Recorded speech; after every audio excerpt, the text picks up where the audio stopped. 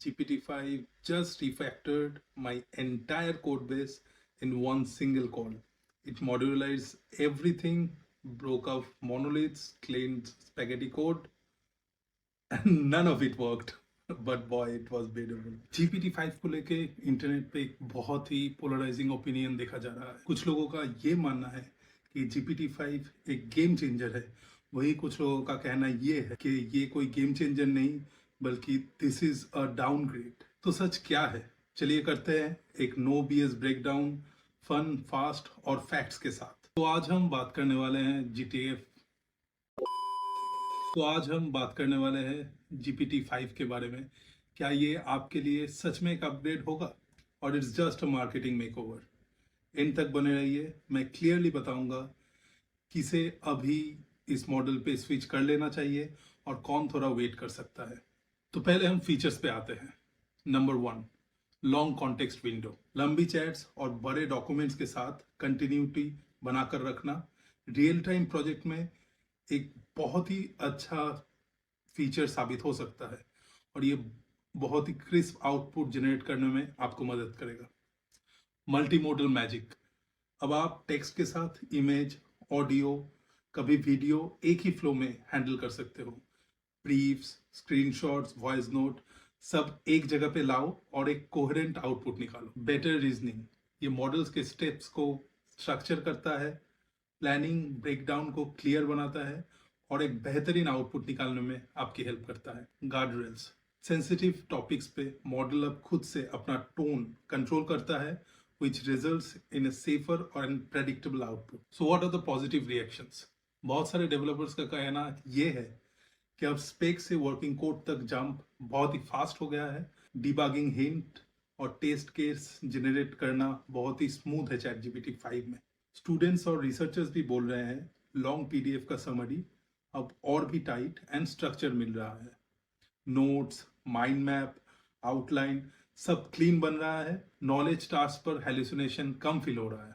Daily के काम जैसे डॉक्स लिखना, कोड क्लीन करना, ईमेल राइटिंग एंड समराइजेशन में GPT-5 एक बहुत ही बड़ा प्रोडक्टिव पुश दिखा रहा है। अब दूसरा साइड, बहुत सारे लोगों को कहना ये है कि GPT-5 बहुत ही कॉर्पोरेट फील हो रहा है। इसका आउटपुट बहुत ही सेफ, शॉर्ट और कभी कभी फ्लैट फील होता है। क्रिएटिव राइटिंग पर लोगों का मिक्स्ड फीडबैक है। कभी रिप्लाईज इतना कॉन्साइज आते हैं कि कन्वर्सेशन का मजा ही उड़ जाता है और एक्चुअल रिस्पॉन्स तो सेकेंड या थर्ड फॉलो अप करने के बाद ही निकलता है। और हाँ, कुछ सारे यूजर्स पुराने मॉडल्स का फ्लो और टोन अभी और भी ज्यादा प्रेफर कर रहे हैं। एक्स पे भी वाइब थोड़ा मिक्स्ड है। बहुत लोगों का कहना ये है कि multi modal plus better reasoning is actually giving them real productivity gains. Prototypes बहुत ज़्यादा जल्दी बन रहे हैं, पर स्केप्टिक्स का कहना यह है कि this is feeling nerved. Guard rails बहुत ही बढ़ चुके हैं, पर्सनालिटी बहुत ही घटी है। बिल्डर्स का कहना यह है कि सिंपल इंग्लिश से they are able to make complex workflow. तो चलिए देखते हैं ट्विटर पे यानी कि एक्स पे लोग क्या कह रहे हैं।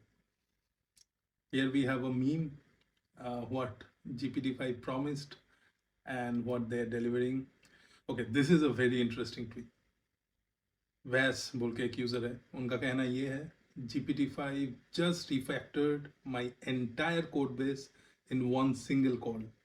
25 tool invocations, 3000 plus new lines, 12 brand new files. It modularized everything, broke off monoliths, cleaned spaghetti code, and none of it worked. But boy, it was beautiful. I mean, that is it, right? So that is actually telling us the gist of the opinion that people are having about GPT-5 online. Now here we can see a tweet by Sam Altman. What he's trying to say over here that people are really found themselves very much attached with the previous model, and maybe that is the reason they are getting some difficulty to move on to the new one, or where they do not know which model they are getting used. So यहाँ पे एक चीज़ हम लोगों को ध्यान में रखना है कि अभी OpenAI ने कम्प्लीटली रिमूव कर दिया है कि आप खुद से कोई भी मॉडल सिलेक्ट कर सको। They have a internal model routing tool जो आपके रिक्वायरमेंट के हिसाब से आपके क्वेरी को मल्टीपल मॉडल्स में डिवाइड करता है, and once you tell it to really think harder, then only it goes to GPT-5, maybe fast, medium, or the GPT-5 heavy, depending on your prompt. So this is the chart gate that I was talking about. इस chart को GPT-5 launch event में present किया गया था, and जैसे कि आप देख सकते हो, the markings, the units are very much off. You see the performance of GPT-4o is 30.8 and OpenAI O3 is 69.1, and they are pretty similar on this scale. Whereas GPT-5 without thinking is scoring 52.8, which is shown even higher than 69.1, and then with thinking it's 74.9. So this, I think this is a very big blunder that they have made. People can make mistakes, of course, but this has become a meme right now. तो क्या आपको GPT-5 use करना चाहिए? अगर आप एक analyst हो, student हो, रिसर्चर्स हो, आपको बहुत फास्ट आउटपुट चाहिए, या फिर स्ट्रक्चर्ड आउटपुट चाहिए, या फिर you want a very precise output which would involve some long thinking, some deep thinking, then GPT-5 is for you. पर अगर आप एक पोएट, नॉवेलिस्ट या एजी कॉपी राइटर हो, and you want to bring some creativity in your work, तो आप ये कर सकते हैं कि आपके पिछले टाइम पे यूज़ किया हुआ 4-5 प्रॉम्प्ट उठाइए, उसको मल्टीपल टूल्स में कंपेयर कीजिए, and then you decide yourself is the GPT-5 output is best for you और नॉट. तो मेरा वर्डिक्ट ये है कि GPT-5 reliability, multi modal workflow के लिए एक बहुत ही स्ट्रॉन्ग अपग्रेड डिलीवर करता है. प्रोडक्टिविटी के केस में ये रियली वैल्यू क्रिएट कर रहा है. आपको अगर स्पाइसी क्रिएटिव chaos चाहिए, देन आप अपने प्रॉम्प्ट इंजीनियरिंग को थोड़ा और पुश कीजिए, ऑल्टरनेटिव राउट्स को या टूल्स को एक्सप्लोर कीजिए, and then you decide if this model is best for you. तो कमेंट्स में मुझे बताइए, is GPT-5 really for you?